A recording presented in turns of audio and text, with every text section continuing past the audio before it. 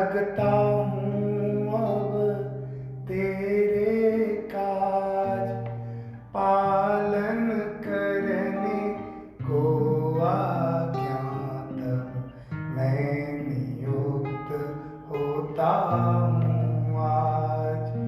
अंतर में स्थित रह कर मेरी बागडोर पकड़े रहना, निपट निरंकुश चंचल मन को सावधान करते रहना। अंतर्यामी को अंतस्थित देख शंकित होवे मन, पाप वासना उठते हो नाश लाज से वह जल बिन। जीवों का कलरव जो दिन भर सुनने में मेरे आवे, तेरा ही गुणगान जान प्रमुदित हो अति सुख पावे। तू ही है सर्वस्त्र व्याप्त, तुझ में यह सारा संसार, इसी भावना से अंतर भर मिलूं सभी से तुझे निहार। प्रतिपल निज इंद्रिय समूह से जो कुछ भी आचार करूं, केवल तुम्हें रिझाने को बस तेरा ही व्यवहार करूं। कर प्रणाम तेरे चरणों में, लगता हूँ अब तेरे काज, पालन करने को आज्ञा तब मैं नियुक्त होता हूँ आज। पालन करने को आज्ञा तब मैं नियुक्त होता हूँ आज।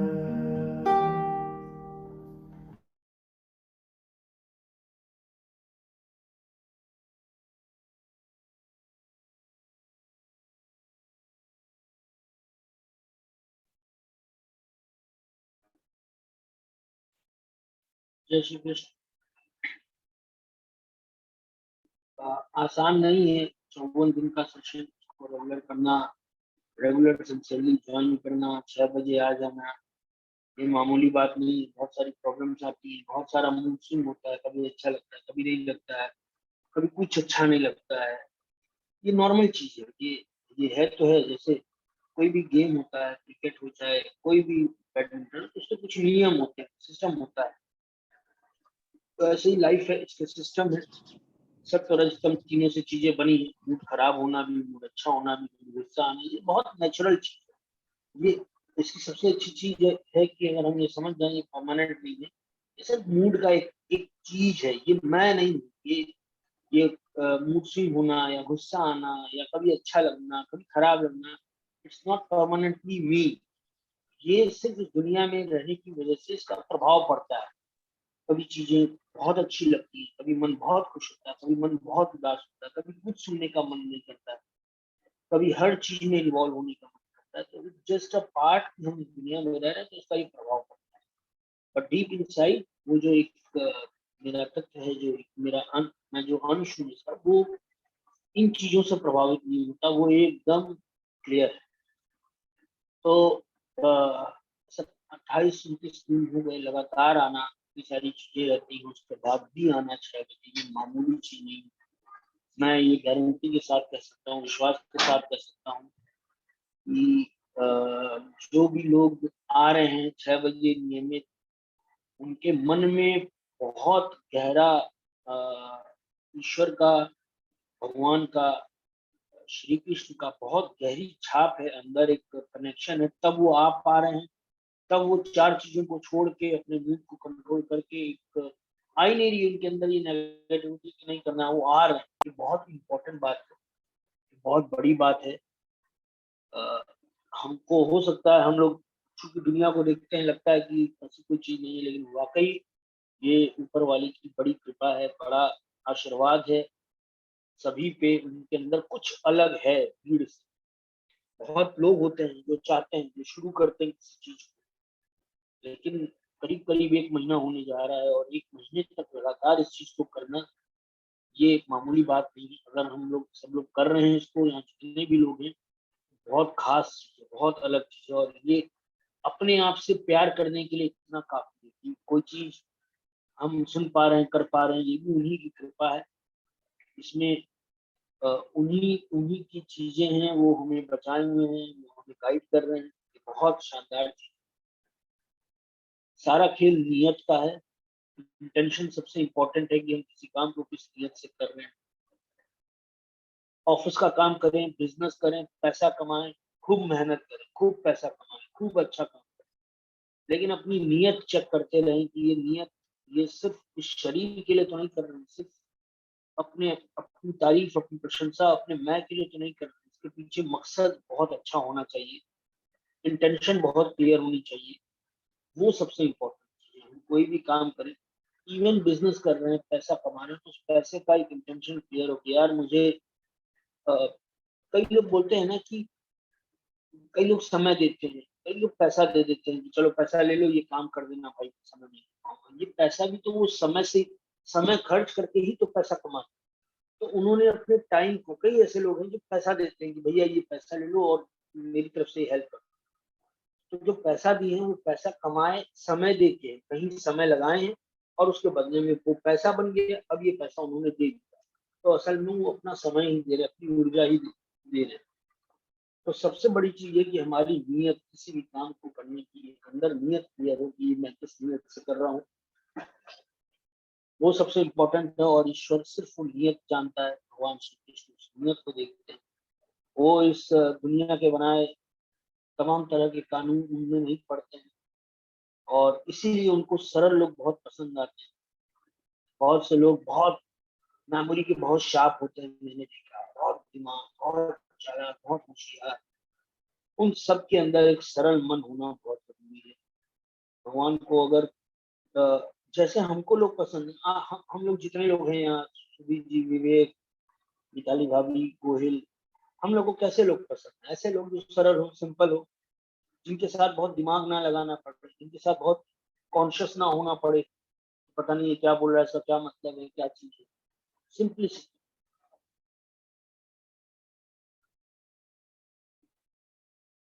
अ, मैं इसके लिए जो गोहिल जी अभी आपने लिखा है, मैं इसके लिए कहूँगा मैं बहुत थैंकफुल हूँ।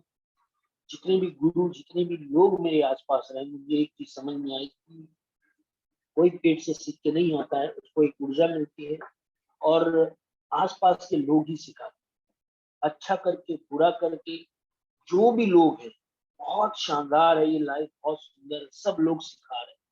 हम गलती भी करते हैं, हम कभी लालच में भी आते हैं, कभी गुस्से में भी आते हैं।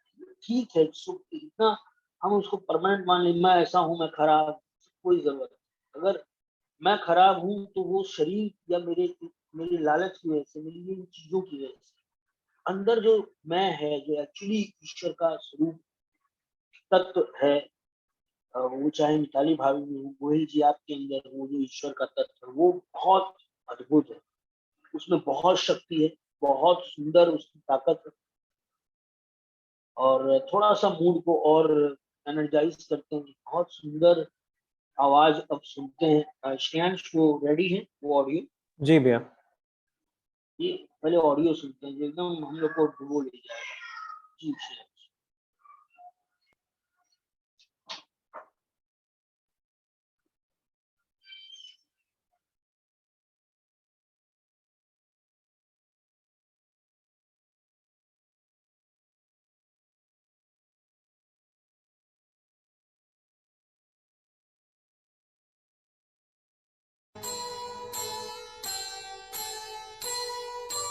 आँखें देखें मौन मुख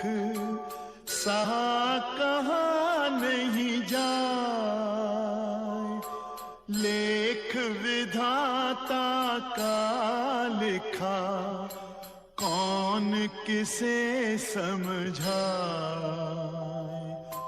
कौन किसे समझाए।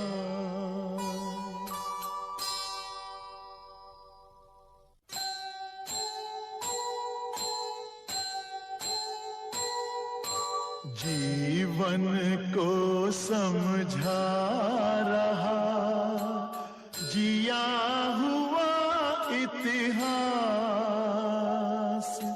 जब तक तन में श्वास है तब तक मन में आस, तब तक मन में आस।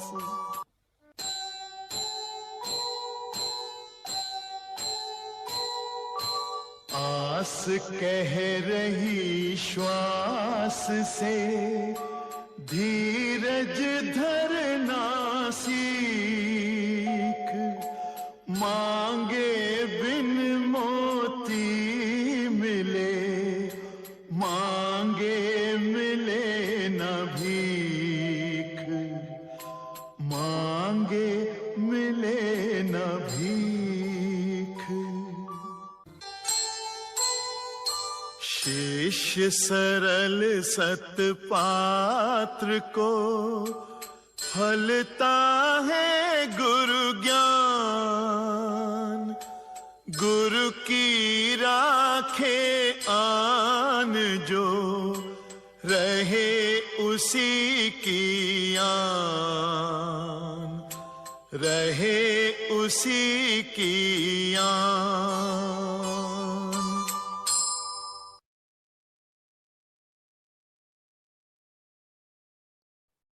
बहुत सुंदर। अमित जी, आपको बहुत बहुत धन्यवाद। इतना सुंदर आपने जो खजाना लोगों के लिए खुला है, और मैं दिल से एक बार फिर धन्यवाद दूंगा अपनी पूरी टीम को कि ये जो बात है कि जब हम कोई अच्छा काम करने के लिए सोचते हैं तो ईश्वर खुद साथ होता है और निमित्त बनाता है उन लोगों को जिनके मन में कुछ अच्छा करने की चाह होती है।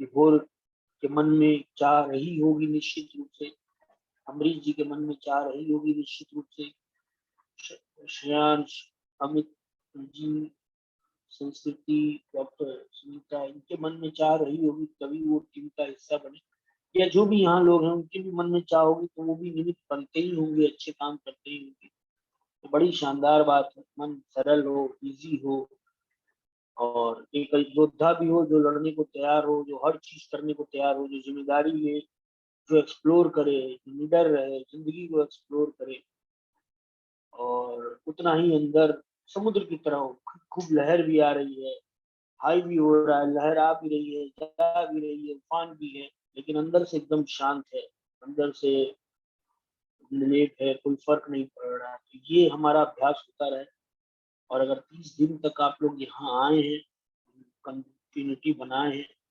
30 दिन लगातार श्रेयांश बिना मिस किए 6 बजे से पहले वो बुक डाल रहे हैं, पीडीएफ फाइल डाल रहे हैं, सॉन्ग चला रहे हैं, प्रार्थना चला रहे हैं, लिंक डाल रहे हैं, पूरे इसको 1.5 घंटा मैनेज कर रहे हैं, 1.5 पौने 2 घंटा, 2 घंटा भी कभी कभी हो जाता है, उसको भी मैनेज कर रहे हैं।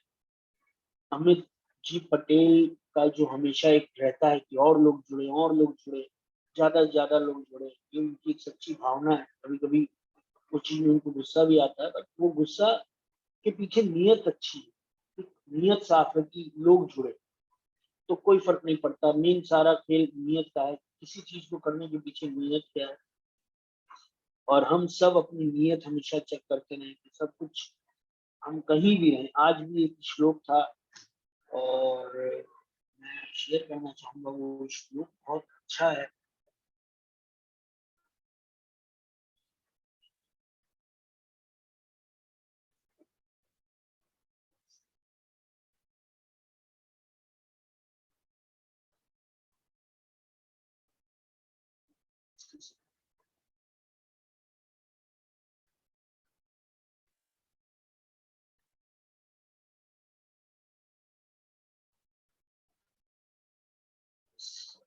ये जो श्लोक था, ये दिखाई दे रहा है आपको?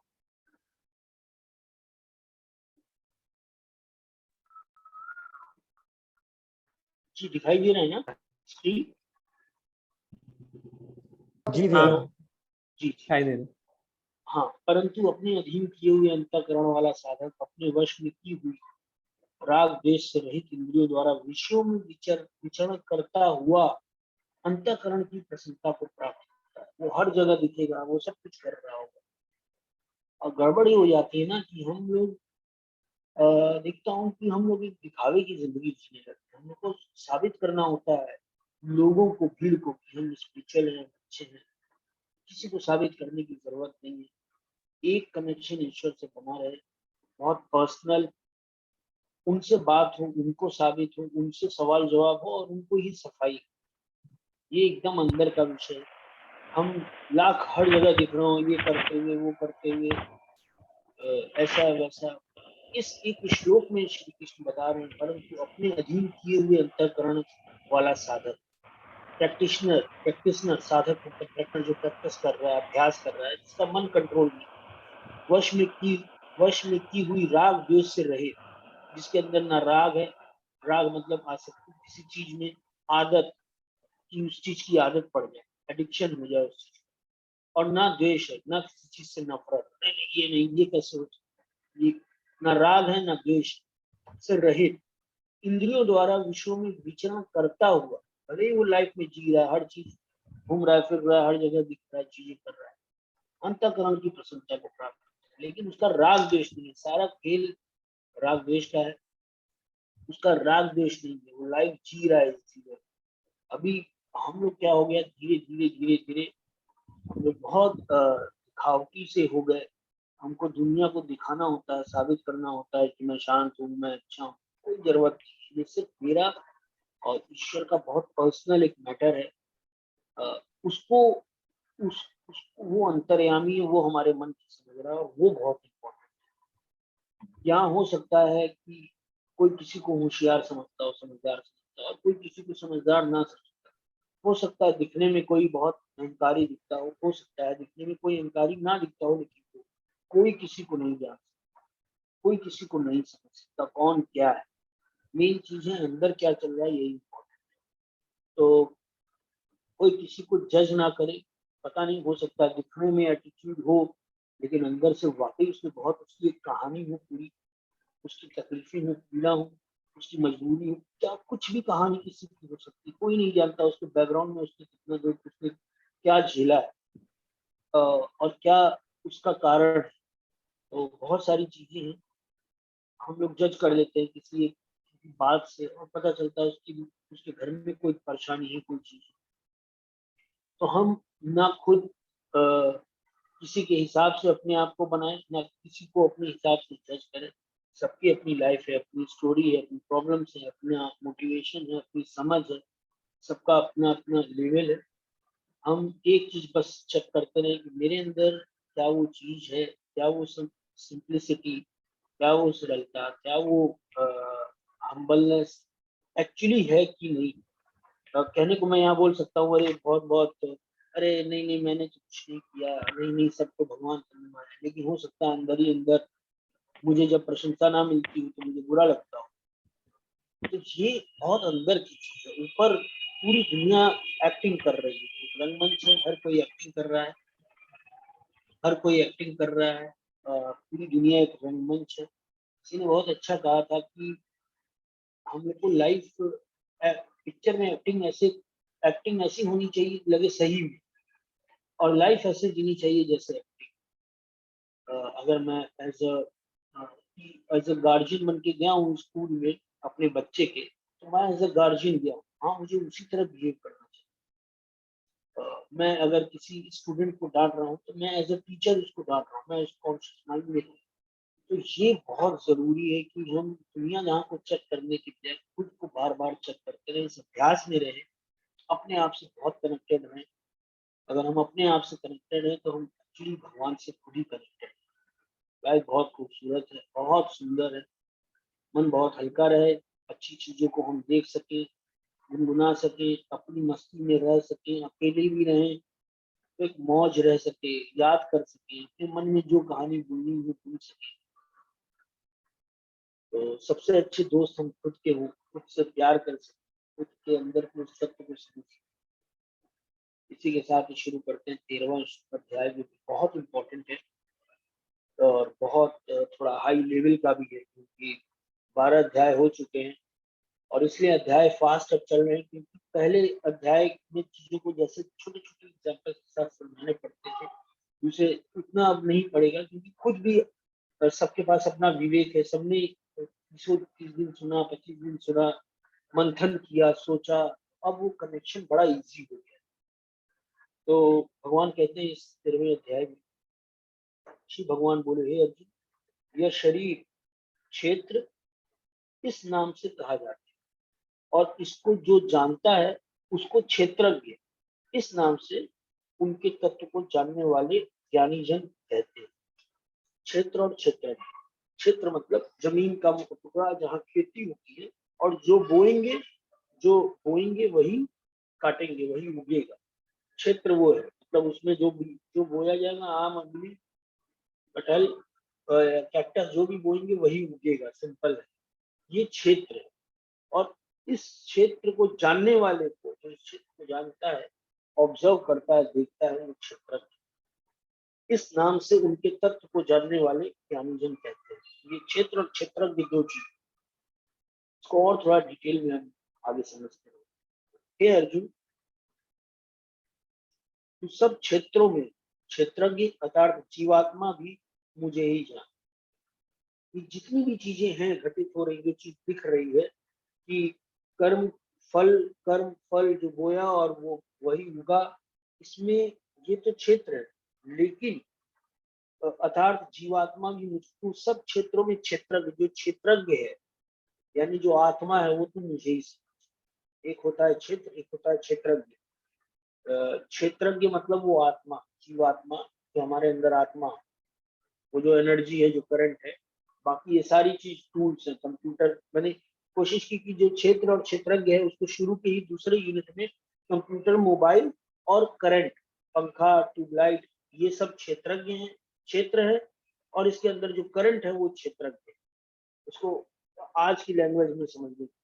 अब इसको, चूंकि उस समय तो कंप्यूटर, मोबाइल होते नहीं थे, तो उन्होंने उसको क्षेत्र और क्षेत्रज्ञ, जो हमेशा के लिए क्षेत्र क्षेत्रज्ञ आज भी है, आज भी खेती होती है, आज भी पौधे उगाए जाते हैं, पेड़ उगाए जाते हैं। तो भगवान श्री कृष्ण ने एक नॉर्मल सा एग्जाम्पल दिया, हे अर्जुन, तू सब क्षेत्रों में क्षेत्रज्ञ अर्थात जीवात्मा भी मुझे ही जान, और क्षेत्र क्षेत्रज्ञ को अर्थात विकार रहित प्रकृति का और पुरुष का जो तत्व जानना है वह ज्ञान। और इस चीजों एक्चुअली ज्ञान श्री कृष्ण के हिसाब से असली ज्ञान, कोर ज्ञान, मूल ज्ञान यही है कि हम जाने कि क्षेत्र क्या है और क्षेत्रज्ञ क्या है, जीवात्मा क्या है और प्रकृति क्या है। प्रकृति तथा और पुरुष का जो तत्व जानना है वह ज्ञान है, ऐसा मेरा मत है। भगवान तो और अंदर जाते हैं, वह क्षेत्र जो और जैसा है तथा जिन विकारों वाला है और जिस कारण से जो हुआ है, तथा वह क्षेत्रज्ञ भी जो और जिस प्रभाव वाला है, वह सब संक्षेप में मुझे सुन। अब तो ये समझ कि क्षेत्र मतलब मोबाइल, पंखा, टीवी, ट्यूबलाइट, ये सब जो क्षेत्र है, यानी जो जमीन है जिसके ऊपर खेती होती है, जिसमें बीज पड़ता है, बीज में पेड़ होता है, उसमें फल आता है, ये सारी चीज क्षेत्र समझ। और इसको जो जानता है वो क्षेत्रज्ञ है, और इस ज्ञान को, क्षेत्र और क्षेत्र को जानने को ही ज्ञान कहते हैं। तो थोड़ा और डिटेल में मुझसे समझ की कोशिश है। यह क्षेत्र और क्षेत्रज्ञ का तत्व ऋषियों द्वारा बहुत प्रकार से कहा गया है और विविध वेद मंत्रों द्वारा भी विभाग पूर्वक कहा गया है, तथा भली बाकी निश्चय किए हुए युक्ति युक्त ब्रह्म सूत्रों के पदों द्वारा भी कहा गया है। इसको बहुत डिटेल में वेदों में और चीजों में समझाया गया है। जैसे क्षेत्र कई क्षेत्र में बांटा गया है कि भाई ये वाला फील्ड, वो वाला फील्ड, मेडिसिन, आर्किटेक्ट, टीचिंग, तमाम इसको विभक्त किया गया है। जैसे और डिटेल किया गया है ऋषियों द्वारा।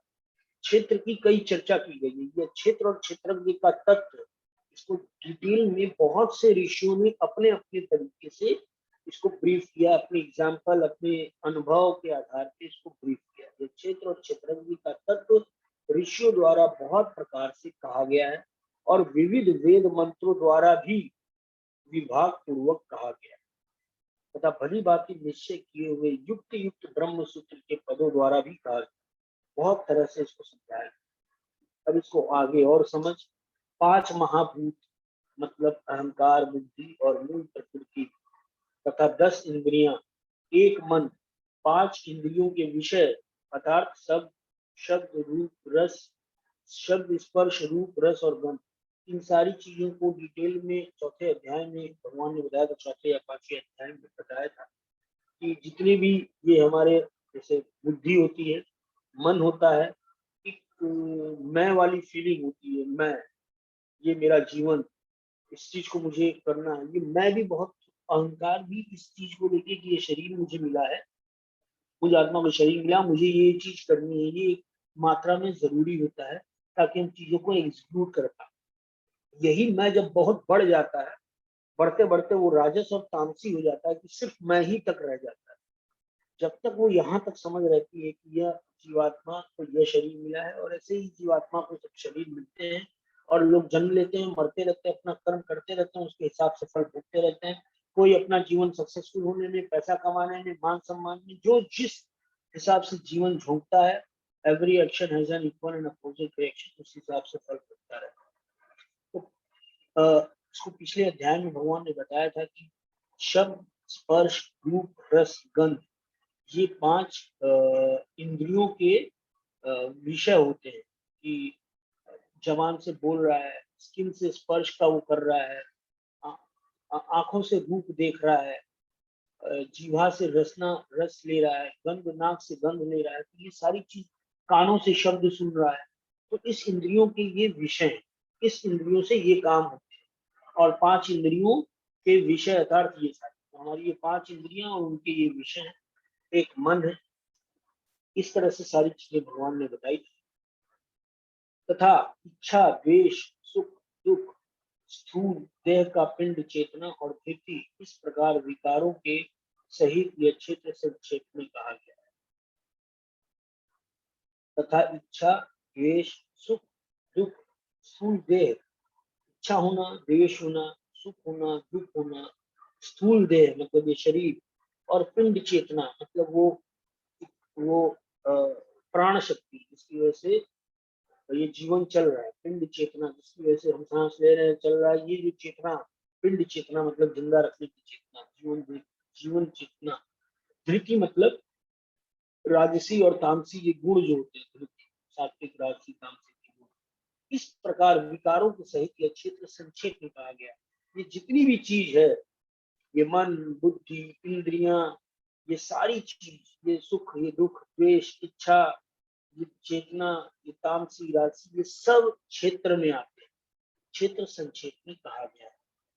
श्रेष्ठता के अभिमान का अभाव, अब ये बहुत सुंदर बात है। ये एक चीज ना, ये अपने आप आने लगती है। जब हम समझ जाते हैं चीजों को, तत्व से जानते हैं, तो ये बहुत इजी आ जाता है, हम चालाक नहीं बनते। हम एक्चुअली लोगों के हिसाब से व्यवहार करते हैं, इस वजह से हम चालाक बनते हैं, जिसकी जैसी बुद्धि उसी हिसाब से हम खेल जाते हैं। लेकिन वास्तव में जब हमारा कनेक्शन गॉड से होता है, ईश्वर से होता है, श्री कृष्ण से होता है, तो हमको पता है, सब जानते हैं। हमारी सारी चालाकी, श्रेष्ठता के अभिमान का अभाव नहीं रह जाता है। मालूम है यार, जीवन में बहुत आए बहुत गए, बहुत आए बहुत गए। तो एक सेकंड का मैं समय लूंगा, थोड़ा चीज याद आ गई है, मैं जस्ट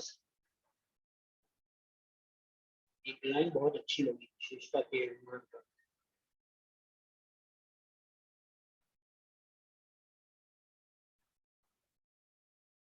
आज का सॉन्ग इसी पे होगा। शायद मैंने आपको व्हाट्सएप किया है, आप चेक कर लीजिएगा। तो आज का सॉन्ग इसी पे होगा। फिर से वापस लगाइए श्रेयांश को श्लोक, बहुत सुंदर श्लोक है, बहुत प्यारा श्लोक है ये वाला जो अभी श्रेयांश शेयर कर रहे हैं।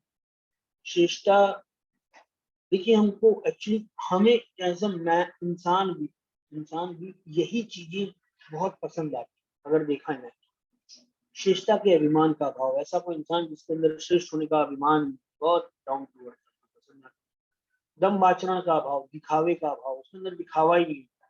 वो बात बात पे अपनी घड़ी, अपना मोबाइल, अपना ये ब्रांड, ये सब दिखा नहीं रहा होता। ठीक है यार, जो है सो है। किसी भी प्राणी को किसी भी प्रकार भी ना सता, हमको पता भी नहीं चलता, और कई लोग को सता रहे हो, हम ध्यान ही नहीं देते। हम बोलते समय, हम कोई चीज कहते समय हमको पता ही नहीं चलता कि हम एक्चुअली उसको सता रहे हैं। हम टॉन्ट कर देते हैं, हम 20 लोग के सामने मजाक उड़ा देते हैं।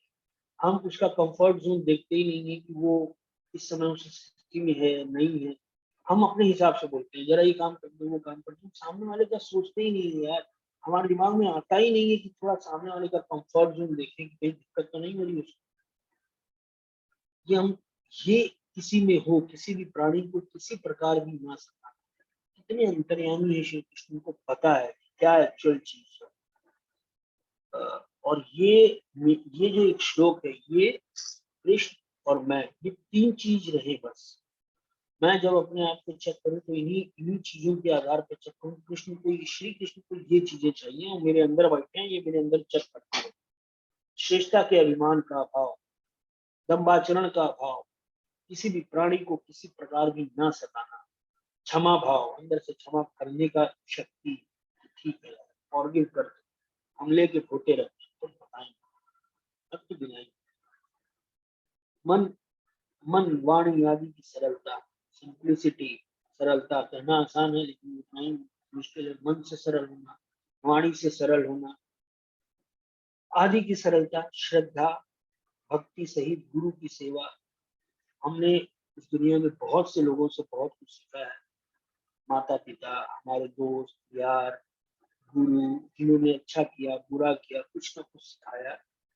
प्रत्यक्ष गुरु, जिन्होंने बहुत अच्छे से चीजों को समझाया। श्रद्धा भक्ति सहित गुरु की सेवा, बाहर भीतर की शुद्धि, जो अंदर है वो बाहर है, क्लियर है, उसके अंदर बहुत ज्यादा प्रपंच नहीं है, क्लियरिटी है, ठीक है। अंतःकरण की स्थिरता, खुशी में एकदम बावला हुआ जा रहा है और दुख में एकदम मातम मनाया जा रहा है, वो ना हो, अंतःकरण की स्थिरता। और मन इंद्रियों सहित शरीर का निग्रह, मन इंद्रियों सहित शरीर का निग्रह, उसका देखभाल करने वाला, मन पे नजर रखने वाला, इंद्रियों पे नजर रखने वाला, शरीर पे नजर रखने वाला, निग्रह नजर रखने वाला। ये इतनी सारी क्वालिटी के लिए श्री कृष्ण कह रहे हैं। और आगे कह रहे हैं कि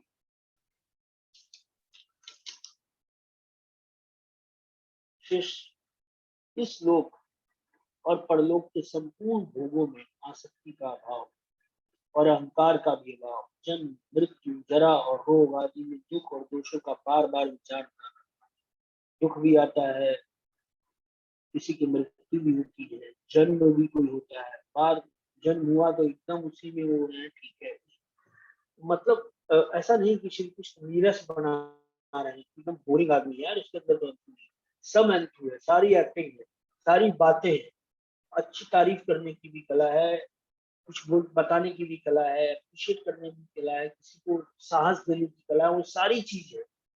अंदर से इसकी एक स्थिरता है, एक ठहराव है, एकदम एक मन शांत भी है, और ऊपर से ये सारी चीज, इतना शानदार होगा वो इंसान। वो सिर्फ परिस्थितियों के विषयभूत अपनी जिंदगी नहीं जी रहा होगा, लोगों के हिसाब से और परिस्थितियों के हिसाब से जीवन नहीं जी रहा होगा, वो एक्चुअली जीवन जी रहा होगा, सही गलत इतना कॉन्शियस होगा। ये बोलने की ये वर्ड की जरूरत ही नहीं पड़ेगी, कॉन्शियस का। वो हर समय रहेगा, उसको मालूम है यार हम सर्विलांस पे है, चारों तरफ हमारे कैमरा लगा हुआ है, वो अंतर्यामी हर चीज जान रहा है, उसको पता है। वो बहुत शानदार चीज है। एक्टिंग नहीं, वो दिखावा नहीं करना पड़ेगा, पता है मेरे अंदर वो है और चीजों को देख रहा है। बड़ी शानदार चीज है। भगवान करे हम सब में ये चीज आए कि हमारा मन शांत हो, हम चीजों को ऑब्जर्व करें, समझे सही गलत क्या है, भीड़ का हिस्सा ना बने, बस भीड़ की तरह रो रहे, भीड़ की तरह गा रहे, भीड़ की तरह हम, हमारा हमारी पूरी लाइफ का बहुत बड़ा पोर्शन उस ईश्वर से जुड़ा हुआ हो, उस कृष्ण से, उस ब्रह्म तत्व से। आप निराकार मानिए, आप साकार मानिए, आप शिव मानिए, आप जो भी मानिए, बस लेकिन एक बहुत बड़ा चीज कनेक्टेड रहे हम। मैं मैं इस चीज में विश्वास करता हूँ। पर्सनली मैं क्रिकेट भी खेलता हूँ, मैं सोशल गैदरिंग भी है, बहुत सारे दोस्त मेरे 30-35 साल पुराने दोस्त आज भी हैं, आज भी मिलता हूँ और आज भी उसी बचपने से वही बचपना, वही बचपन की बातें, शैतानियां, चालाकियां, सब है, सब कुछ है एकदम। मतलब लग ही नहीं सकता है कि भगवत गीता की बात भी हो सकती है। ये एक गहरी बात है, ये अंदर की बात। बाकी ऊपर जैसे हम लोग रह रहे हैं, जैसे लोग हैं वैसे रह रहे हैं, मस्त हैं। जो अंदर है वही बाहर है। श्रेष्ठता के अभिमान का भाव ये हो गया, भोगों की आसक्ति का भाव, अहंकार का भी अभाव, जब मृत्यु जरा और रोग आदि में दुख और दोषों का बार बार विचार न करना। दुख हो रहा हो, दोषों का बार बार विचार न करना, तकलीफ हो रही हो, बीमारी हो रही हो, इसका बार इन चीजों में, ये बहुत आज के समय में कितना जरूरी है ये इशू। इस लोक और परलोक के संपूर्ण भोगों में आसक्ति का अभाव और अहंकार का भी अभाव, जन्म मृत्यु जरा रोग आदि में दुख और दोषों का बार बार विचार करना। बड़ा दुख है, दोष होगा, कोई गलती हुई होगी, पाप है, ऐसा कर्म है, ऐसा फल है, ये है वो, कोई विचार बहुत मत कीजिए। हम नहीं जान सकते इसका क्या चीज है, हमको किसी की लाइफ का कुछ नहीं पता। हम जितना जान रहे हैं उतना तो जान रहे हैं, उसके अंदर क्या स्थिति है ये हमको नहीं पता है। इस विचार से, इस मजबूरी में, या क्या उसका जीवन रहा है, हमको किसी का कुछ नहीं पता। तो भगवान कहते हैं कि जन्म मृत्यु जरा और रोग आदि में दुख और दोषों का बार बार विचार ना करें। पुत्र स्त्री घर और धन आदि में आसक्ति का भाव। आसक्ति मतलब कि मैं बहुत अच्छे से अपने बेटे की परवरिश करूँ, उसको उसको एम्पावर करूँ, वो अपने निर्णय ले सके, मैं उसका मालिक ना बन जाऊँ, मैं बताऊंगा क्या बनना है, क्या करना है, कैसे। मैं सिर्फ उसको एम्पावर करूँ, जैसा कि कुंती ने अपने बच्चों को किया था, ना कि द्रोणाचार्य ने अश्वत्थामा के साथ। हम अपने बच्चों को जैसा मैं चाहता हूँ, मैंने लाइफ देखी है, मैं जानता हूँ, मैंने जो लाइफ देखी है उसका काल अलग था, ये जो लाइफ देखा है इसका काल अलग। दोनों का समय अलग है, दोनों की परिस्थितियां, दोनों के मिलने वाले लोग। हम हम एक बड़ी फनी बात है कि हमने अपने समय जब हम लोग 7th 8th 6th 7th 8th 9th में थे, तो किसी गाने में अगर दो हीरो हीरोइन आपस में मिलते तो बीच में फूल आ जाता, तो मतलब आपको अगर याद हो वो सीन आ जाता, तो वो सीन तक थोड़ा सा और लगता है। और लेकिन आज के समय देखें तो कैसे कैसे सीन बहुत ऑब्वियस, यूट्यूब खोल रहे हैं बच्चे, वेब सीरीज देख रहे हैं, कुछ भी देख रहे हैं तो ऐड में और उस तरह की चीजें आ जा रही हैं। तो हमारे समय और इस समय में बहुत फर्क है। ये छोटा सा एग्जाम्पल था, इसके अलावा बहुत सी परिस्थितियां, चीजें बदल गई। उस समय हीरोज बहुत कम हुए करते थे कैरेक्टर्स, और आज के समय कैरेक्टर्स बहुत ज्यादा, तो बहुत सी चीजें बहुत बदल गई हैं। तो कुछ स्त्री घर और धन आदि में आसक्ति का भाव, मेरी रिस्पॉन्सिबिलिटी है, जिम्मेदारी है, ये एक चीज है। मेरे पास कार है, मैं उसको बहुत संभाल के अच्छे से रखता हूँ, लेकिन कोई चीज खराब हो गई तो मैं पागल नहीं हो रहा हूँ, एकदम से मैं पागल हो गया, मेरा पूरा दिन खराब हो गया, मैं पूरा हेडेक हो गया, टेंशन हो गया। योगेश आचार्य जी की बुलेट खो गई थी, और वाकई भगवत गीता कहना या बात करना आसान, 1.5 लाख 2 लाख की बुलेट थी, और मन से संभाल के प्यार से रखते थे। हो गई, चोरी हो गई, एक बार लगा कि यार चोरी हो गई, लेकिन ठीक है, अपना रिपोर्ट दर्ज कराए, चीजें कराए, और नॉर्मल दूसरे दिन जहाँ उनको जाना था, पूरा दिन इसमें चला गया कि रिपोर्ट करा रहे, ये करा रहे, वो करा रहे। लेकिन शाम को 6 बजे एक स्कूल में उनको भगवत गीता पे कुछ बोलने जाना, तो वहाँ पहुंच गया, उन्होंने आराम से बोला कि ये बड़ा एक सही चीज है कि हम सब कुछ कर रहे हैं अच्छे से, लेकिन एक मन स्थिर है, परिस्थितियां पागल नहीं कर देती। तो पुत्र स्त्री घर और धन आदि में आसक्ति का भाव, ममता का न होना, और प्रिय और अप्रिय की प्राप्ति में सदा ही चित्त का संग्रह। देखिए हम कोई हमको गिफ्ट लाके दिया बर्थडे पे, तो हम वहां पे मुंह नहीं बनाएंगे, अरे मेरे लिए क्या फर्क पड़ता है, हम थैंक्स तो कहीं, वाह यार क्या गिफ्ट है, अरे भाई मजा आ गया यार, थैंक यू सो मच, वाह क्या सुंदर। ये हम इसी दुनिया में रह रहे हैं, हमको हम किसी के लिए ले जा रहे हैं अगर कोई गिफ्ट, और वो अगर इस तरह से कर रहा है तो जाहिर है अच्छा लगेगा यार कि उसको चीज पसंद है। लेकिन गिफ्ट छोटा है बड़ा है, लाया नहीं लाया, ये चीज अगर अंदर डिस्टर्ब कर दे रहा है, प्रॉब्लम तब है। तो भगवान श्री कृष्ण कितना डिटेल में समझते हैं, कितने अंदर तक समझते हैं। हम लोग समझते हैं बेवकूफ बना दिया, हम लोग होशियार समझते हैं क्योंकि हमारी बुद्धि उठी। स्त्री और पुत्र, स्त्री घर और धन आदि में आसक्ति का भाव, ममता का ना होना, और प्रिय और अप्रिय प्राप्ति में सदा ही चित्त का सम रहना। मुझ परमेश्वर में अनन्य योग के द्वारा अविचारणी भक्ति,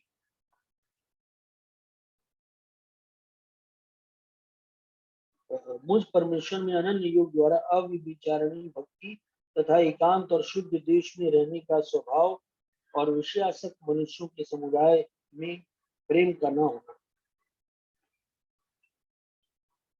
भगवान भी कहते हैं कि मुझ परमेश्वर में अनन्य योग, एक कनेक्शन, अनन्य योग मतलब अद्भुत कनेक्शन, अविचारणी मतलब सिर्फ स्वार्थ के लिए, सिर्फ कुछ पाने के लिए, सिर्फ अपने फायदे के लिए, एक कनेक्शन, भक्ति, विश्वास हो तथा एकांत और शुद्ध देश में रहने का स्वभाव। क्योंकि इसमें कई मतलब निकल सकता है। एकांत मतलब अकेले में, शुद्ध मतलब साफ सुथरी जगह भी, और अगर हम इसको अंदर मन की बात करें तो हम भीड़ में भी रह के एकांत रह सके, हमको फर्क ना पड़ता हो, भीड़ में भी अपने ईश्वर के कनेक्शन के साथ रह सके, और मन से हम शुद्ध रह सके, कहीं भी रहें हम मन से शुद्ध रह सके। हमको चीजें पता है कि यार ये सब ठीक है, सारी चीजें हैं ठीक है, ओके, सबका अपना जीवन है, अपना रहने का तरीका है, हमारा मन खराब ना हो। और यही सबसे बड़ी चीज है कि जो आज श्लोक अभी स्क्रीन शेयर की गई थी, कि वो हर जगह रहता हुआ भी उसमें आसक्त नहीं होता, वो कहीं भी दिखेगा लेकिन वो आसक्त नहीं होता। ये बड़ी शानदार चीज। कबीर, बुद्ध, बुद्ध, कबीर, ये सब जो नाम है ना, ये वाकई पूरा भगवत गीता का रोल मॉडल है। और और इसी लोगों के बीच कबीर रह के, राजा जनक, भाई जी, कई ऐसे लोग हैं जो गृहस्थ में रहे हैं और इजी रहे, सिंपल रहे, सब कुछ किए, और आज भी ऐसे बहुत से लोग दिखते हैं जो बहुत कुछ कर रहे हैं, घूमना फिरना सब कुछ कर रहे हैं, लेकिन उनके अंदर एक योगी है, एक वो कनेक्शन, वो अपने मन को जब चाहे समेट लेते हैं, शांत कर लेते हैं, उनका मन पे कंट्रोल है। ये एक स्थिति हम लोग की भी आ सकती है। प्रेम बढ़े, शुद्ध देश में रहने का स्वभाव, और विषयासक्त मनुष्यों के समुदाय में प्रेम ना होना। मेरा कोई दोस्त हो, मेरे जानने वाले हैं जो विषयासक्त हैं, बस ठीक है, वो है, ना उनसे कोई द्वेष है ना प्रेम है, सबके अपने कर्म है, लर्निंग है, चीजें। आध्यात्म ज्ञान में नित्य स्थिति और तत्व ज्ञान के अर्थ रूप परमात्मा को ही देखना। अध्यात्म ज्ञान मतलब अपने आप को आत्मा रूप में नित्य स्थिति।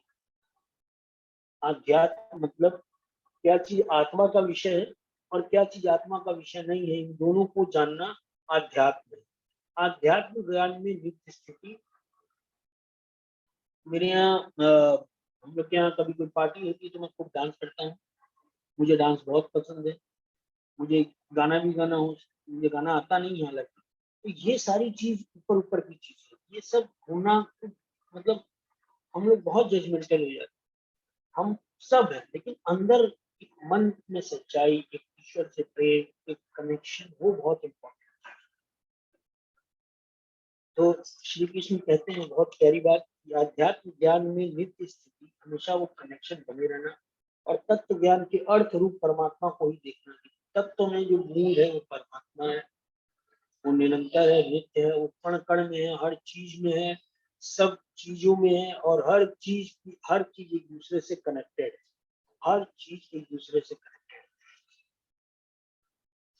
यह सब ज्ञान है, और जो इससे विपरीत है वह अज्ञान है। इस चीजों को समझना ही ज्ञान है, और इसके अलावा जो चीज, अगर ये चीज नहीं समझ में आई तो सब अज्ञान है। सब कर रहे हैं, बहुत अच्छे से कर रहे हैं, लेकिन उसको मूल में तत्व से समझना, ये बहुत जरूरी चीज है। और ये भगवत गीता बहुत अच्छे से समझाती है, बहुत गहरे से समझाती है, एकदम बैठा देती है, ठोक ठोक के भगवान श्री कृष्ण समझाते हैं। जो जानने योग्य है तथा जिसको जानकर मनुष्य परम आनंद को प्राप्त होता है, जिसको भली भांति कहूंगा, उसको भली भांति कहूंगा, वह अनादि वाला परम ब्रह्म ना सत्य ही कहा जाता है और ना असत्य। वो जो जानने योग्य है और जिसको जानकर मनुष्य परम आनंद को प्राप्त होता है, उसको भली भांति कहूंगा, वह अनादि वाला परम ब्रह्म ना सत्य ही कहा जाता है और ना असत्य। वह सब और हाथ पैर वाला, सब और नेत्र, सिर और मुख वाला और सब और कान वाला है, क्योंकि वह संसार में सबको व्याप्त करके स्थित है। वो सब और कान वाला है, हाथ पैर वाला है, मतलब अब आप इसको समझिए, बहुत अच्छी बात है। वह सब और हाथ पैर वाला है, मतलब वो कहीं भी पहुंच सकता है, वो कुछ भी कर सकता है। सबके हाथ उसके हाथ है, वो किसी को भी अपना निमित्त बना सकता है, किसी के भी माध्यम से किसी रूप में पहुंच सकता है। सब और नेत्र वाला, दीवारों के भी कान होते हैं, हमने सुना है ना। भगवान के सब और नेत्र, उसको हर चीज दिखाई देती है। सिर और मुख वाला है, वो जहां चाहे पहुंच सकता है, एकदम प्रत्यक्ष रूप में है। किसी को निमित्त बना के मदद कर सकता है, निमित्त बना के कर्मों का फल दे सकता है, उसकी सत्ता है, उसकी ताकत है। उसका एक ही काम है, चीजों को बैलेंस करना। तथा सब और कान वाला है, उसको सब सुनाई देता है। अंदर भी जो हमारे चल रहा है उसको वो भी सुनाई देता है, क्योंकि वह संसार में सबको व्याप्त करके स्थित है। वह संपूर्ण इंद्रियों के विषयों को जानने वाला है। वो जानता है, वो तत्व से जानता है कि संपूर्ण इंद्रियों का विषय क्या है, परंतु वास्तव में सब इंद्रियों से रहित और आसक्ति रहित होने पर भी उसका धारण पोषण करने वाला और निर्गुण होने पर भी गुणों को भोगने वाला है। वो निर्गुण निराकार एकदम परम ब्रह्म, लेकिन वो उतना ही सगुण साकार भी है, वो कृष्ण के रूप में भी है। और वह निर्गुण होते वो सबका धारण पोषण करने वाला, निर्गुण होने पर भी गुणों को भोगने वाला है। वो गुणों को देखता है, गुणों को बढ़ाता है। वो अद्भुत है, वो रचा बसा है, वो हर जगह है। उसको बड़े बड़े ज्ञानी, बड़े बड़े योगेश्वर जिन्होंने उस जीवन को जिया है, वो नहीं बता पाते हैं। मैं तो हल्के जीवन, वह चराचर सब भूतों के बाहर भीतर परिपूर्ण है और चर अचर भी वही है। वह चराचर सब भूतों के बाहर भीतर है। वो जो भी दिखने वाले जीव जंतु जो भी है, सबके बाहर भीतर है और चर अचर भी वही। वह सूक्ष्म होने से अविज्ञ तथा अति समीप में और दूर में भी स्थित। चींटी में भी वही है, डायनासोर में भी थे, व्हेल मछली में भी है, हाथी में भी, इंसान में भी। वो जो उनकी शक्ति है वो सब में उतनी बराबर है। क्या अद्भुत विश्लेषण, कैसे बताया है इन्होंने, ऐसे कोई जान पाता, कोई समझ ही नहीं पाता। और वह सूक्ष्म होने से अविज्ञ,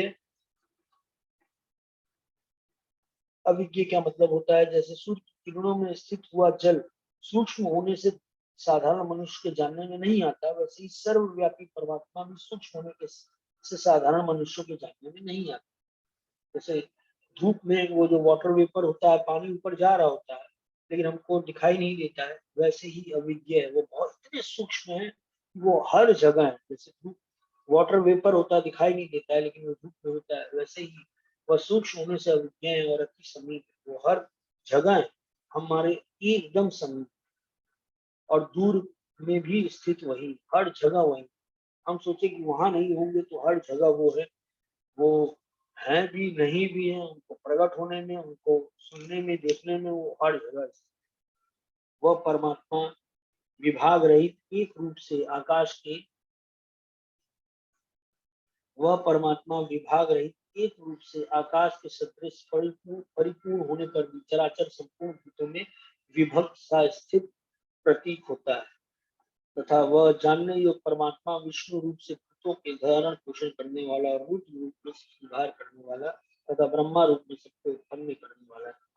जैसे आसमान होता है, वो दिखता तो एक है लेकिन उसके वह परमात्मा विभाग रहित एक रूप आकाश के सदृश परिपूर्ण होने पर भी चराचर संपूर्ण भूतों में विभक्त सब स्थित प्रतीत होता है। बट है तो आकाश, लेकिन वो हर शरीर में है। आकाश का जो तत्व है वो भूमि, गगन, अग्नि, वायु भी है तो एक ही पूरा आकाश, लेकिन उस हर इंसान में वो अलग अलग रूप में भी है, वही तत्व है। इसी तरह वो परमात्मा विष्णु रूप में दिखता है कि वो वो ब्रह्मा रूप में उत्पन्न कर रहा है, विष्णु रूप में धारण पोषण कर रहे हैं और रुद्र रूप में खत्म कर रहे हैं, लेकिन है वो एक ही तत्व। वो शिव, वो विष्णु, वो ब्रह्म, वो एक ही तत्व है जो हर जगह है, वो नित्य है।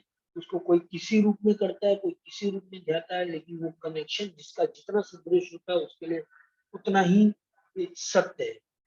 अभी हम लोग क्या है कि फंसे हुए हैं, हम लोग को अब भगवान हमारा ईगो बन चुका है, तो साबित करना होता है कि मेरा वाला भगवान। हम हम अपनी बुद्धि से साबित करते हैं कि ये वाला गलत है, इसकी शक्ति ज्यादा, उसकी शक्ति ज्यादा। वो नित्य है, वो बराबर है, एकदम समतल है, ऊबड़ खाबड़ नहीं है, कहीं ज्यादा कहीं कम नहीं। वो जहां तक नजर जाती है, जहां तक सुनाई देता है, जहां तक नहीं सुनाई देता है, जहां तक नजर नहीं जाती है, हर जगह वो बराबर है। वो एकदम पास भी है, वो एकदम दूर भी है, वो एकदम सूक्ष्म भी है और वो सब कुछ। वह परम ब्रह्मा ज्योतियों का भी ज्योति एवं माया से अत्यंत परे कहा जाता है। ये सारी बातें जो अंदर जा रही है ना, वो वाकई रहेंगी अंदर। और भगवद गीता से हम लोग जुड़े रहे किसी ना किसी माध्यम से, चाहे किसी भी तरह से, खुद हम अपने अपने क्षेत्र में, कोई कहीं है कोई कहीं है, जुड़ा रहे। और जुड़ा तब रहेगा जब वो इस चीज को बांट रहा हो, बिना घबराए बिना सोचे बांट रहा होगा। जहां ऐसा कोई दिखे कि उसको जरूरत है, उसको इन बातों की जरूरत है, बांटे। जब तक बांटता रहेगा तब तक वो अंदर बनी रहेगी। जब बांटना बंद कर देगा तो ये धीरे धीरे सूख जाएगा। तो बांटता रहे, खाली करता रहेगा, आता रहेगा, खाली करता रहेगा, आता रहेगा, कनेक्शन बना रहेगा। अब मान लीजिए हमने अपने अंदर भर ली और कोई है ही नहीं जिनसे हम बात कर रहे हैं, तो चर्चा ही नहीं।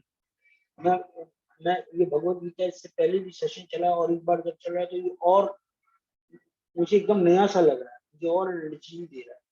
तो ये चीज बनी रहे। वह परम ब्रह्म ज्योतियों का भी ज्योति है, माया से अत्यंत परे कहा जाता है। वह परमात्मा बोध स्वरूप जानने के योग्य, तत्व ज्ञान से प्राप्त करने योग्य है और सबके हृदय में विशेष रूप से स्थित है। सबके हृदय में विशेष रूप से स्थित है।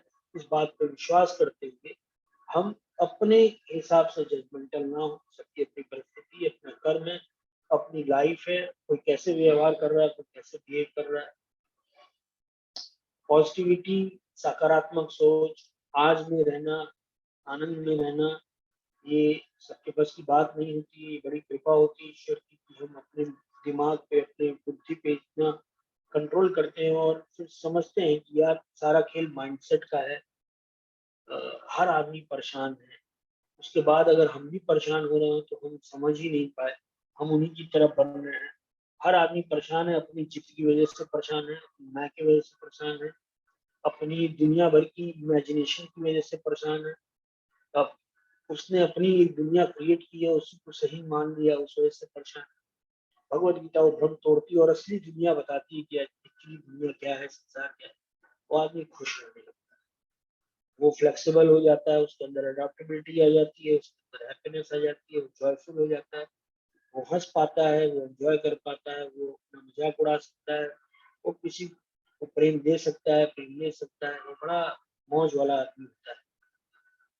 18वां अध्याय और इसको 18वां श्लोक। इस प्रकार क्षेत्र तथा ज्ञान और जानने योग्य परमात्मा का स्वरूप संक्षेप से कहा गया है। मेरा भक्त इसको तत्व से जान करके स्वरूप को प्राप्त होता है। इसको और जानना, इसको और प्रैक्टिस करते करते जब समझ आने लगती है तो जिस जो कृष्ण का स्वरूप है, श्री कृष्ण का स्वरूप है, भगवान का स्वरूप है, वो वो माइंडसेट डेवलप होने लगता है। इस प्रकार क्षेत्र यानी ये पूरी बॉडी, ये मन, ये बुद्धि, ये अहंकार, ये कर्म, ये फल, ये सारी चीज क्षेत्र। और इसको जानना ज्ञान, और इसको जो एनर्जी चला रही है वो परमात्मा, और जानने योग्य परमात्मा का स्वरूप संक्षेप से कहा गया है।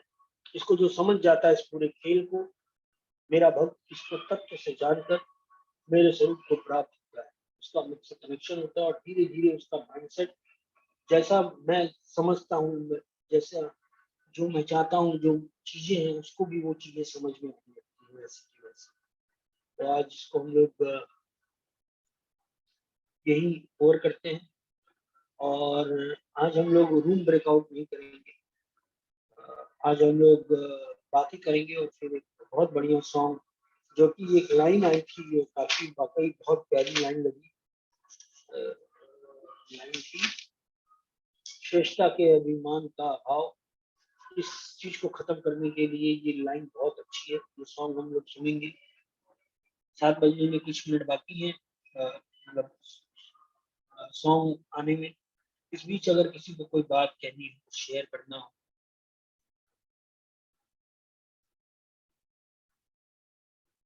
कुछ भी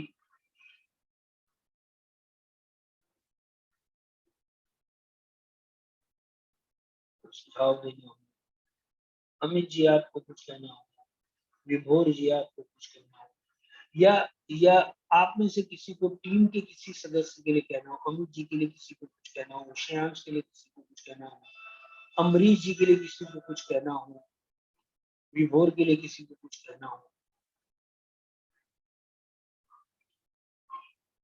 मेरी आवाज तो जा रही है ना? हाँ भी आ रही है बस।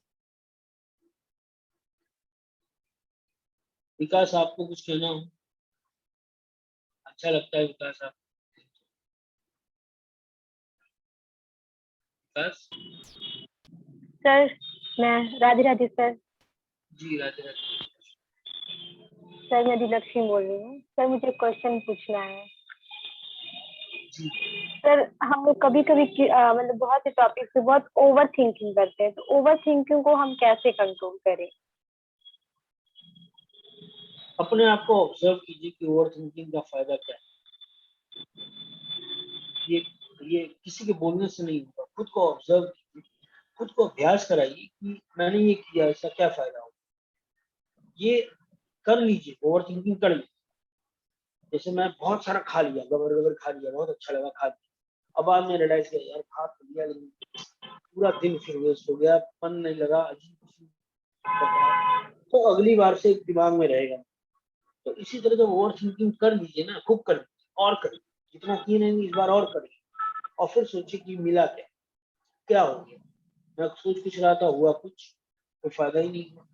तब जो हम खुद को जब करेक्ट करते हैं ना, अंदर से जब आवाज आती है, वो बहुत, कोई बोल दिया नहीं करना चाहिए, हाँ ठीक है नहीं करना चाहिए, इस तरह से फेसबुक व्हाट्सएप और तमाम ज्ञानी हर जगह बने, ये करो ये नहीं करो, ऐसे करना चाहिए वैसे करना। सबसे पावरफुल आवाज होती है जो अंदर से आती है कि नहीं यार ये बात तो, ये कुछ मतलब नहीं।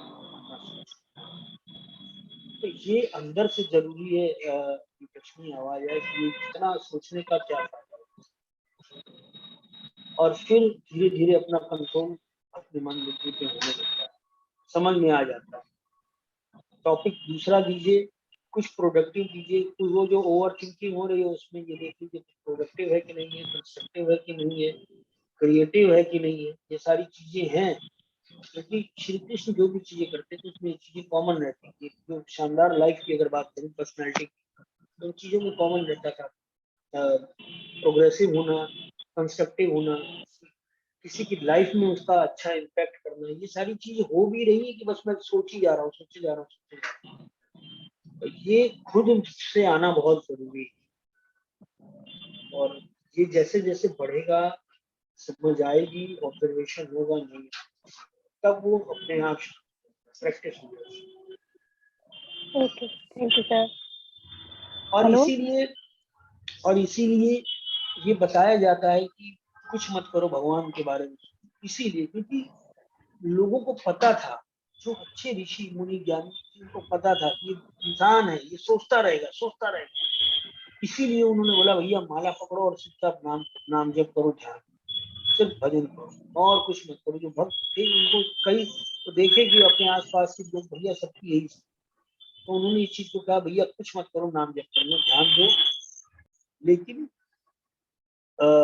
हम ऐसे हो पाए कि ये चीजें हमें फर्क ना डाले, हम इनसे बच के ना कर रहे हो, हम इस चीज को जीत के, इस वजह से नहीं कि भैया वो करें ताकि ये सब ना हो, इसलिए ना हो।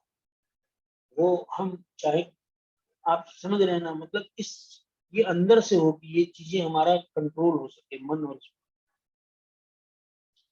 अपने मन और बुद्धि पे हमारा कंट्रोल। और ये तब होगा जब हम बार बार अपने आप को ऑब्जर्व करेंगे, हम अपने गुरु पहले खुद बनेंगे, देखेंगे क्या फायदा हुआ, क्या नुकसान हुआ, अल्टीमेटली क्या करा, एनर्जी वेस्ट हुई, थकान हुई, उलझन हुई। जी हेलो जी हेलो सर, राधे राधे। राधे मैं राधे। नीलू बोल रही हूँ सर। नीलू जी, आप जहाँ भी हैं, पीछे हॉर्न वगैरह की बहुत आवाज आ रही ओ सर, एक सेकेंड सर, मैं साइड होती हूँ। अभी सर? है। हाँ ठीक है। तो सर, मैं आपके बारे में एक चीज बोलना चाहूंगी जो मुझे बहुत अच्छी लगती है। एंड आपसे जो पॉजिटिव एनर्जी वाइब्रेट होती है, उसे मैं जरूर शेयर करना चाहती हूँ सबके साथ। तो सर, ये मेरा थॉट्स है और मेरा एक्सपीरियंस है।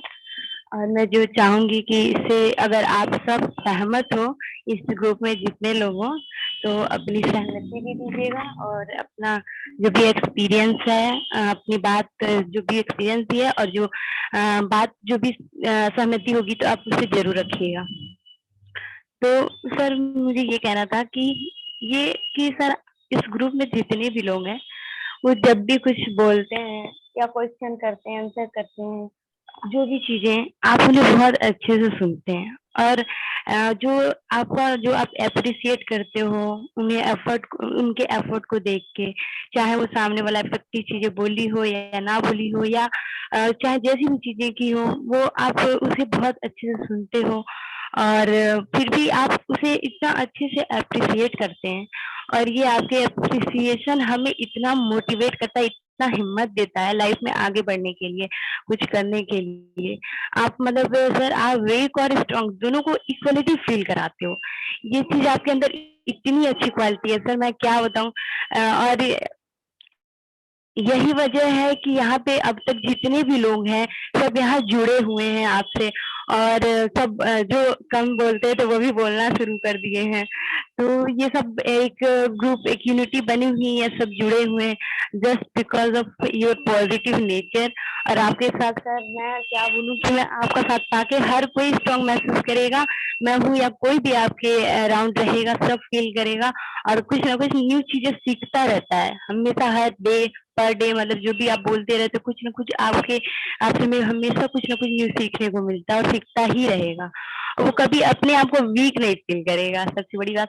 और मेरी सच कहूँ तो आपसे जुड़ने के बाद मेरी स्ट्रेंथ और पावर आपके साथ रहकर मतलब बढ़ती ही जाती है। मतलब उसे बढ़ने का मौका भी मिला कि मैं बहुत खुश हूँ कि मैं आप लोग से जुड़ी। और एक्सपीरियंस भी मैं मतलब फील एक्सप्रेस नहीं करा सकती कि सर, मेरे पास वर्ड कम पड़ रहे हैं आपके लिए। मैं आपको तहे दिल से बहुत बहुत धन्यवाद करना चाहती हूँ। और उस ऊपर वाले का भी जिसने मुझे आपसे मिलाया। ऐसे लोग बहुत ही सर कम मिलते हैं लाइफ में। जो बातें तो बहुत बट टाइम का भी ध्यान रखना और लोगों को भी मौका देना है बोलने के लिए। तो आप लोग सब लोग बोलिए। मतलब एक लास्ट चाहती हूँ कि सर के लिए सब लोग एक क्लैपिंग कर दो।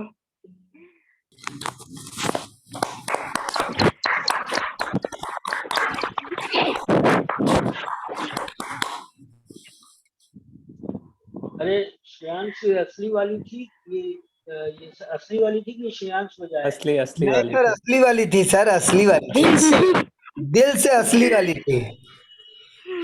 Thank you so much. और मैं आपको सही बताऊं, जो चीज आपको मुझ में दिख रही है वो हम सब में है, ऑनेस्टली सब में है। विनोद जी हो, चाहे डॉक्टर विजय हो, चाहे नीलू लेकिन जी सर, आप हो। सॉरी टू इंटरप्ट, सब में है लेकिन सर हम लोग में दबी हुई है, पोटेंटाइज नहीं है, पोटेंटाइज नहीं है सर। आप हाई पोटेंसी में हैं महासागर हैं। और आप और सर, जो है उसका तुलना हम नहीं कर सकते हैं। नहीं, और सर एक चीज और है कि आप मतलब खुद भी, हर कोई यहाँ पे सीख रहा है, लेकिन आप उस सीखने के साथ हम लोग को सिखा रहे हैं। आप हमें टाइम दे रहे हैं, अपनी इतनी कीमती टाइम में हमें आप टाइम निकाल के दे रहे हैं, सिखा रहे हैं। तो ये हम भगवान का गॉड ग्रेस कहें, मतलब उनका बहुत बड़ा ग्रेस है। मैं उन्हीं को एकदम थैंक सही बोलूंगी कि बात कही ऐसे मैडम, लोग को एकदम आपने सत्य वचन कही आप। मिलाया हम लोग को। अपना कीमती वक्त, अपना सब कुछ छोड़ करके हम लोग को जो ज्ञान दे रहे हैं, इससे बड़ा चीज कुछ भी कुछ नहीं भी है। नहीं है। और सर एक चीज और, मैं दो लोगों को और थैंक्स बोलना चाहूंगी जो मुझे इस ग्रुप में ऐड किया, जो मुझे इनके थ्रू मैं आई, वो राहुल और अम्बरीश जी हैं। उन दोनों को मैं बहुत थैंक्स बोलना चाहूंगी, गॉड का ग्रेस है कि उन लोग वो से मैं मिली और मैं उन लोगों के थ्रू ग्रुप में ज्वाइन हुई। बहुत बहुत धन्यवाद उन लोगों को भी। और पुनीत सर आपको तो बहुत सारा है, गॉड का ग्रेस मानती हूँ कि मैं आप लोग से मिली सबसे यहाँ पे। और एक अमित सर, जो मैं एक बार उनके बारे में बोलूंगी, उनके भी अंदर सच बोले सर कि मैंने उनके अंदर भी एक क्वालिटी देखी। मैं उनके जब ग्रुप में थी, जब रूम ज्वाइन किया था, तो हालांकि मैं बहुत ही ऐसा नहीं बोली या बहुत इफेक्टिव बोली, लेकिन उनके अंदर भी ये चीजें मुझे अच्छी लगी कि वो मतलब बोले, सबको बोले कि सबने अच्छा बोला सर, उनके अंदर भी बहुत अच्छी क्वालिटी है। मुझे वो चीजें बहुत अच्छी लगी थी। अमित सर मेरे फर्स्ट टाइम मतलब ग्रुप में थे, अमित सर थे पहले ग्रुप में थे, रूम नंबर 1 से, तब जब मैं थी तब। तो उन्हें भी थैंक्स। हेलो। बहुत बहुत धन्यवाद नीलू जी, आपको इतनी सुंदर भाव रखने के लिए।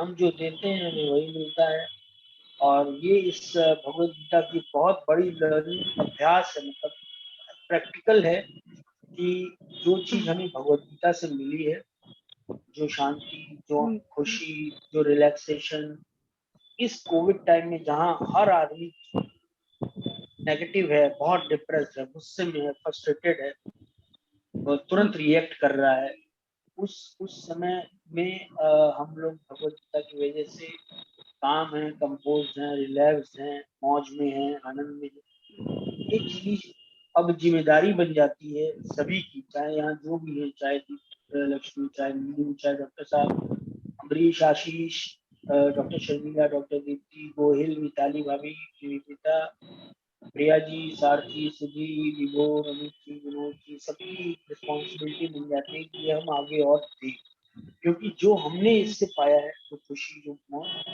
वो आगे ट्रांसफर होगी, ये ऐसे ही बढ़ते हैं। और ये बिल्कुल मत सोचिएगा मेरे अकेले से क्या होता है, क्योंकि आप अकेले नहीं हैं, आपकी इच्छा होना, बाकी तो भगवान साहब है ही है, वो सारी पावर, सारी पॉजिटिव ताकतें आ जाती है। एक थोड़ा सा किसी ने कभी अच्छा सोचा होगा तो मैं उनसे जुड़ गया, फिर उनकी प्रेरणा से मैं थोड़ा सा कोशिश किया तो और लोग जुड़ गए। बस इच्छा होनी चाहिए, चीजें अच्छे डायरेक्शन में बने, और ईश्वर भगवान हमेशा वो सद्बुद्धि, वो शांति दिया रहे। ना कुछ, ना किसी को जीतना है, ना कुछ कहीं पहुंचना है, कुछ नहीं, बस जो सफर है इसका, इसको एंजॉय करना है, ये जो लाइफ है इसको एंजॉय करें, लोगों से प्यार कर सकें, लोगों की अच्छाई देख सकें, लोगों के अंदर जो अच्छी चीज है उनको एहसास करा सकें कि तुम में ये है, तुम में ये अच्छाई है, तुम में ये हम एहसास करा सकें। बहुत अच्छा बोला प्रिया जी, आपने भगवद गीता में लिखा है कि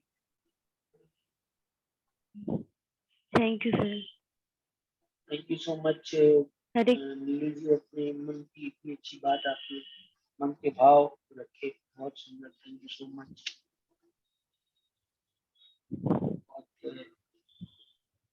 बहुत अच्छी बात है, आप इतना बोल रही है, इतना व्यक्त कर रही है, और ये चीज हम सब में बांट सकते हैं। चीजें और हैं, प्रेम की जहाँ तक बात है, किसी ने कभी पूछा था इस ग्रुप में, तो उसके लिए मैं कहूँगा कि धैर्य अगर नहीं है, विश्वास अगर नहीं है, और कंफर्ट जोन अगर कोई नहीं देख रहा है, इसका मतलब वो प्रेम नहीं।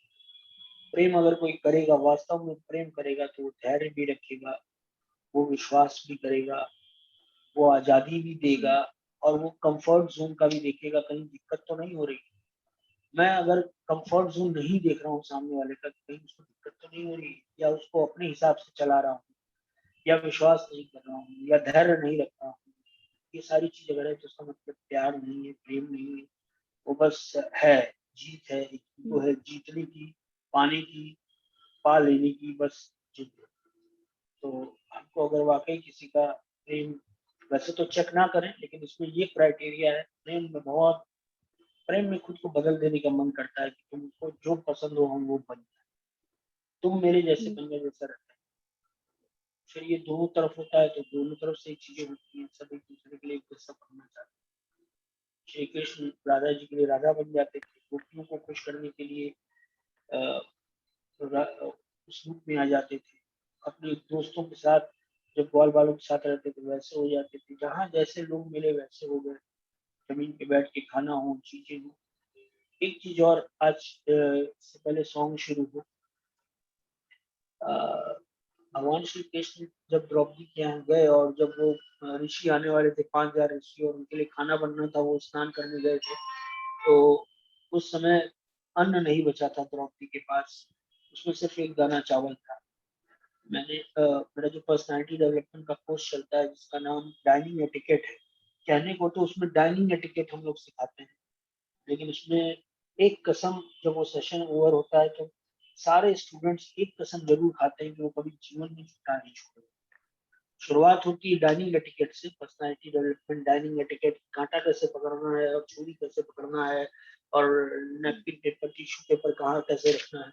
लेकिन उसका अंत ये होता है, धीरे धीरे लेवल हो जाता है कि वो कसम खाते कि झूठा तो नहीं छोड़ेंगे।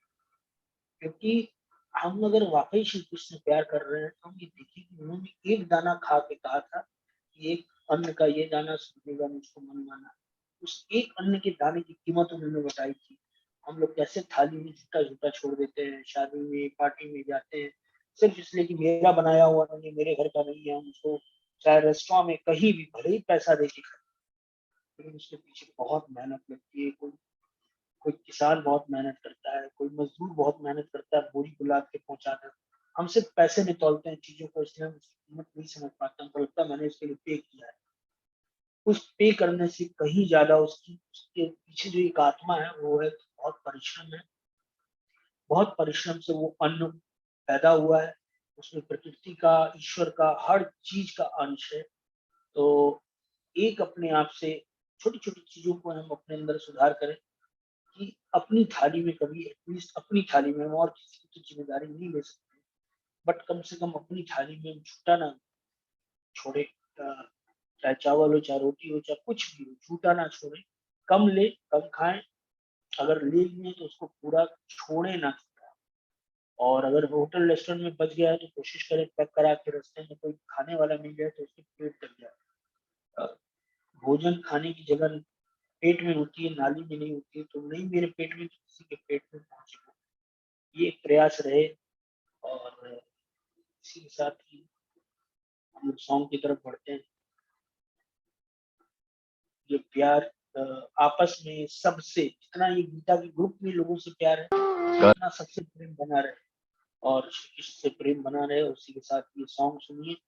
कल नई कोपलें फूटेंगी, कल नए फूल मुस्काएंगे और नई घास के नए फर्श पर नए पांव इठलाएंगे।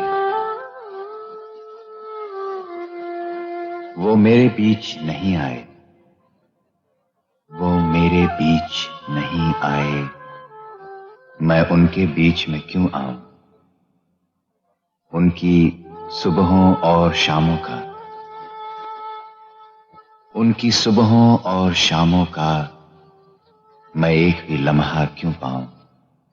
मैं पल दो पल का शायर हूं, पल दो पल मेरी कहानी है, पल दो पल मेरी हस्ती है, पल दो पल मेरी जवानी है। मैं पल दो पल का शायर हूँ, पल दो पल मेरी कहानी है, पल दो पल मेरी हस्ती है, पल दो पल मेरी जवानी है। मैं पल दो पल का शायर हूँ, पल दो पल मेरी कहानी है, पल दो पल मेरी हस्ती है, पल दो पल मेरी जवानी है। मैं पल दो पल का शायर हूँ।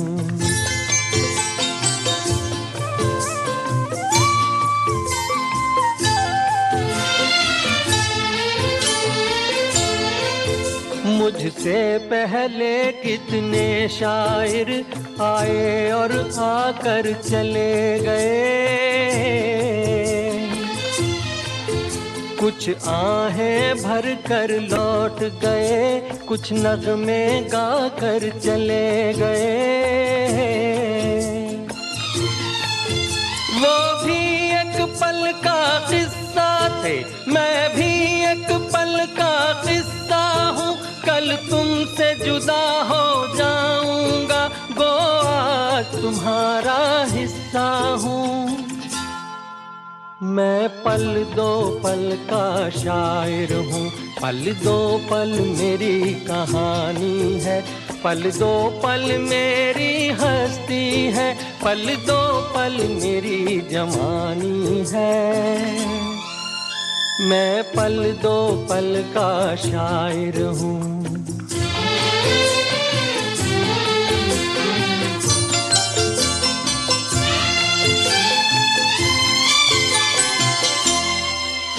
कल और आएंगे नगमों की खिलती कलियां चुनने वाले, मुझसे बेहतर कहने वाले, तुमसे बेहतर सुनने वाले। कल कोई मुझको याद करे, क्यों कोई मुझको याद करे। मसरूफ जमाना मेरे लिए क्यों वक्त अपना बर्बाद करे। मैं पल दो पल का शायर हूँ, पल दो पल मेरी कहानी है। पल दो पल मेरी हस्ती है, पल दो पल मेरी जवानी है। मैं पल दो पल का शायर हूँ, पल दो पल मेरी कहानी है। पल दो पल मेरी हस्ती है, पल दो पल मेरी जवानी है। मैं पल दो पल का शायर हूँ।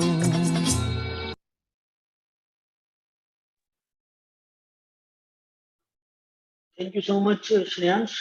और वक्त कीमती की जहाँ तक बात है, तो वक्त तो सारा एक जैसा है। कीमती तो भगवत गीता की चर्चा करने से होता है। ये जो टाइम है ना, असली कीमती टाइम ये सुबह 6 से 7:30, शाम को 6 से 7:30 का है, क्योंकि भगवत गीता की चर्चा होती है।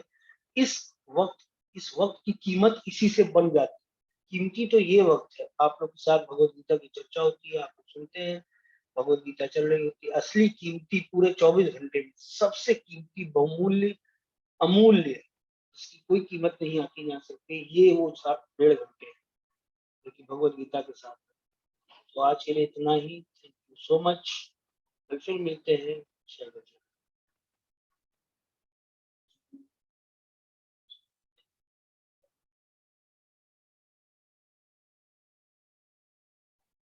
Thank you so much. Shreyansh. हाँ भैया, ठीक है।